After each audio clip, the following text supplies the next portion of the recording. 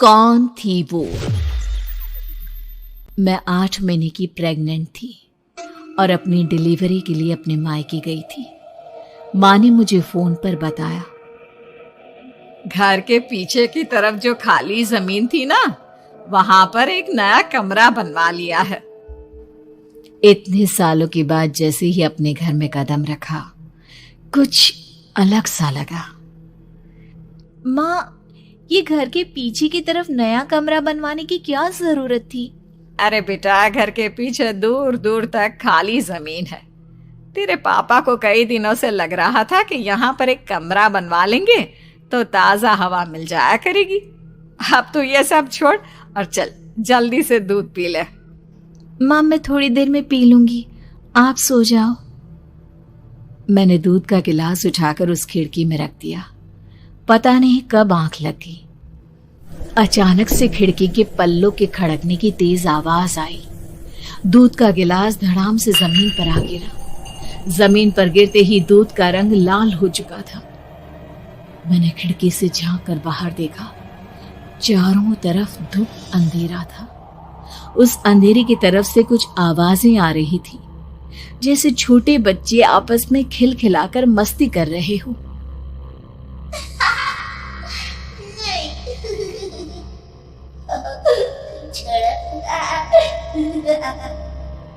इतनी रात को इतने घनघोर अंधेरे में बच्चों की आवाज कैसे आ रही है?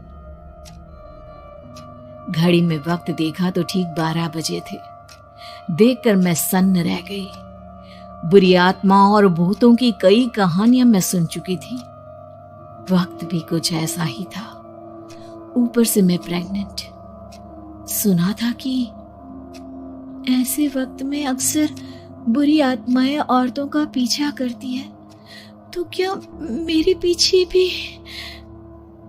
पसीने से तरबतर बड़ी मुश्किल से, जैसे कांपते हाथों से मैंने उस खिड़की को बंद किया। जल्दी से जल्दी उस कमरे से बाहर निकलकर माँ के पास जाने के बारे में सोचा, लेकिन जैसे ही दरवाजे की तरफ पलटी, लगा कोई साया हवा की स्पीड से दरवाजे के सामने से गुजर गया। मेरे गले में अटक कर रह गई।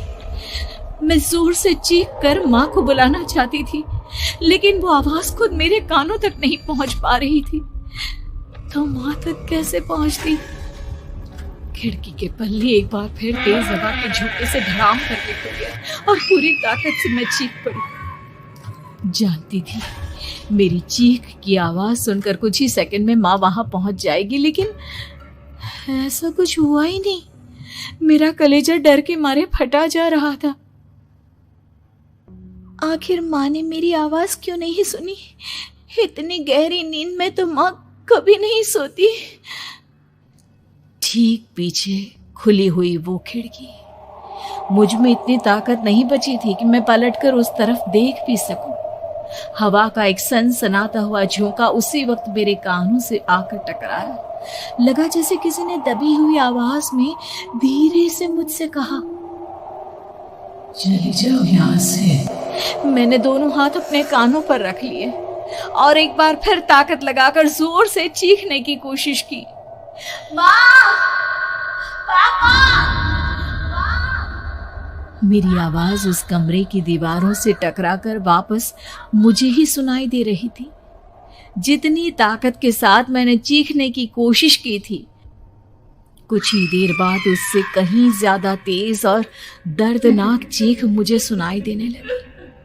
ये आवाज ठीक मेरे पीछे खिड़की से आ रही थी। वो आवाज मेरे कानों में पिघलते हुए लोहे की तरह गिर रही थी। उन आवाजों में हैवानियत थी। वो आवाजें किसी इंसान की नहीं है, इतना मैं समझ चुकी थी। कांप रहे हाथों से मैंने अंधेरे में कुछ ढूंढने की कोशिश की। तभी अचानक मेरा हाथ बेड पर रखी टॉर्च पर पड़ा।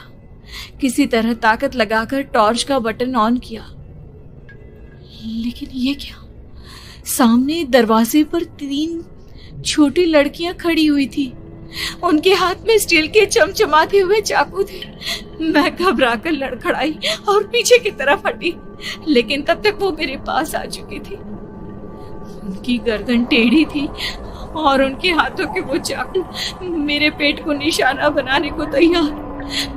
मैं जोर से चीखी, नहीं, छोड़ दो मेरे बच्चे को, मत मारो, मत मारो, छोड़ दो मेरे बच्चे को।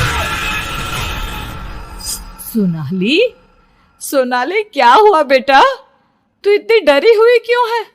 उठ बेटा, क्या हुआ? हड़बड़ाकर मैंने अपनी आंखें खोली।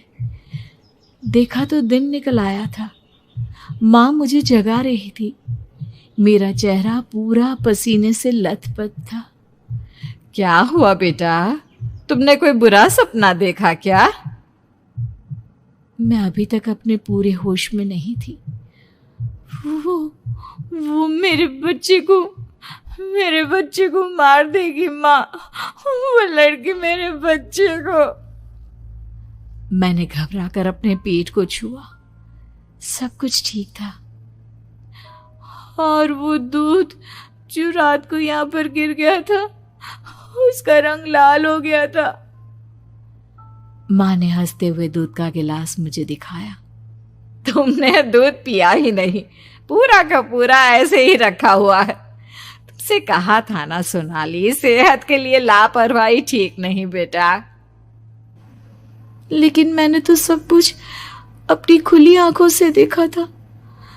ये सपना कैसे हो सकता है?